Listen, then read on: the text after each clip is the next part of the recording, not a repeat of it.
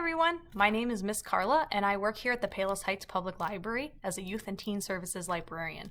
I hope you're getting settled back into school. I wanted to talk to you about a few books that I think you might like.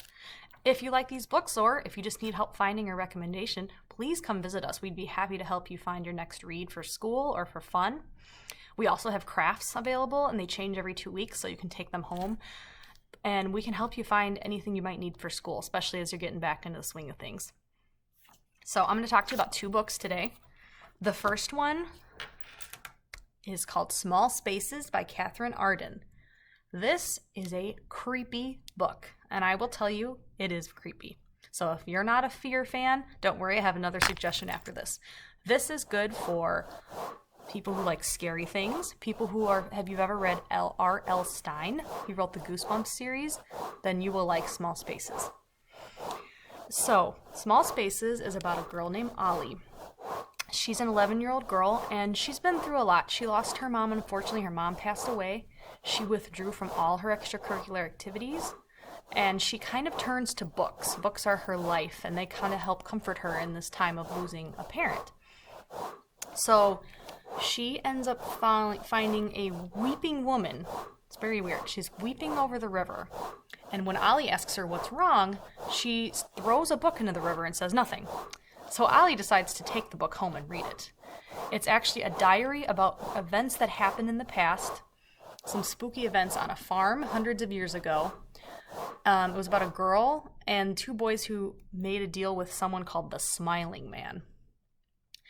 And he's a creature that grants your wish, but only at a small price. So the next day she goes on a school trip. She ends up on the farm of the weeping woman owns the farm. So that's a strange coincidence. And she realizes that's the same farm where the diary was set hundreds of years before.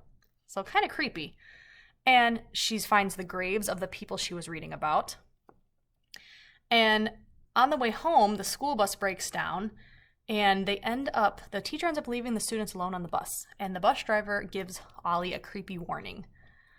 Avoid large places at night, keep to small. And the other thing is, he warns her to run because the scarecrows, I don't know if you can see the scarecrows in the picture, the cover here, they come alive and they're not nice. So Ollie, with her new friend Coco and her friend Brian, they must bond together and figure out how to escape the scary scarecrows and who is the Smiling Man. You can see him on the cover there. So it's very spooky. It's very fun. It's great if you like I said, scary, if you like to be scared. There's a good friendship story in there. It's a good story about grief and loss if you've ever lost somebody or a pet maybe or a person. There's a lot of in here that helps. And it's also the first in a series. So there are 3 books as of now. The 3rd one just came out this year. So if you like this, if you like The Smiling Man, if you like Ollie, Ollie has more adventures after this. So I hope you like it. But if this isn't quite your take, I have another book to suggest. This is switching gears more to some fantasy, realistic fiction, different cultures. So this is called When You Trap a Tiger, written by Keller. Some stories refuse to stay bottled up. So this is a more fantasy, also set, and realistic fiction means it's set current. So this is also kind of a realistic fiction. Magical, it also has a lot of Korean folklore, so it's fun. It's nice to learn about another culture, some of their stories that they tell. There's a lot of friendship and family dynamics in here. The sisters sometimes don't get along. But let me tell you more about the book. So the main character is Lily. She is moving to, I believe to Oregon. Yes, she's moving to Oregon with her sister and her mother to live with their grandmother. Their grandmother, Harmony. Now that just means grandmother in Korean. Harmony is not doing well. She's unfortunately very ill. She is dying. So they're moving to spend time with her as she's aging. She also has a disease called Alzheimer's. I'm not, if any of you know what that means. It just means she's starting to unfortunately lose her memory and forget who she is. So they're going to live with her. But on the way, Lily sees something strange in the road. She sees a tiger. And the strange thing is her mom and sister don't see the tiger, just Lily does. So she yells, "Mom, Mom, Mom, don't hit the tiger." They drive right past it and they don't even notice. So she finds out the tiger starts following her. And the tiger tells Lily that Harmony stole something years ago. Something the tiger wants back. That would be stories. They are stories that are not supposed to be told, and hence some stories refuse to stay bottled up. So now they want it back, and Lily decides to make a deal with them.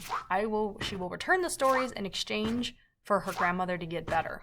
The tiger is going to make her grandmother better. But deals with tigers are never as they seem. So tigers are, in this book, kind of shifty, a little bit untrustworthy. So she meets a new friend, Ricky, who helps her build a tiger trap. And her sister, Sam, who she doesn't always get along with, but they're trying to get along. So Sam ends up helping her too.